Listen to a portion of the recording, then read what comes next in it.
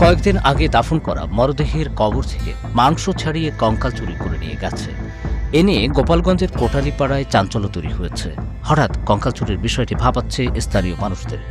ঘটনাটি ঘটেছে গোপালগঞ্জের কোটালীপাড়ায় একটি কবরস্থানে। সেখান থেকে 3টি মরদেহের কঙ্কাল চুরি হয়েছে। আরও 2টি কঙ্কালের অংশবিশেষ নিয়ে গেছে। 4 ফেব্রুয়ারি গভীর রাতে কোটালীপাড়ার আমতলী ইউনিয়নের পশ্চিম চিট্টাপাড়া কবরস্থান থেকে কঙ্কালগুলো চুরি হয়ে যায়। 5-6টা লাশের ভিতরে 3টা লাশ সম্পূর্ণ নিয়ে গেছে। আমাদের গ্রামে আমাদের রিলেটিভ ওনার লাশ নিয়ে গেছে। আর এই লাগাত আমার লাশ, তার কাপড় নিয়ে আসছে, কাপড় এখানে রয়েছে। তারপর হাড়ের যে বিভিন্ন মাংস রাইতে গেছে, হাড়গোড় সব নিয়ে গেছে। সকালবেলা শুনতে পাই যে আমাদের কবরস্থানের থেকে নাকি লাশ চুরি হয়ে গেছে। তো আসার পরে দেখি আপনার এখানে কয়েকটা কবরের মানে গর্ত করা।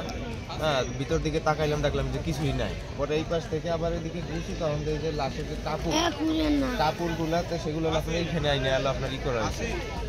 ওরা হয়তো ওদের যে সিস্টেম যেটা করে এইভাবে করে এখান থেকে নিয়ে গেছে। মানুষের বাবা মা মারা যায়, মানুষ ভুলকে যায়, আর আমাকে যতদিন পারে মনে হয় আমার আব্বার শোক করবে। আমি কালকেও আজকে কবরের কাছে বসে কান গিয়ে 11টা বাজে আমি আমার মা অসুস্থ দেখতে গেছি। আমার বাবা আমাকে কি ছিল আমরা কেউই বুঝাইতে পারবো না যে আমার বাবা কি ছিল আমার কাছে।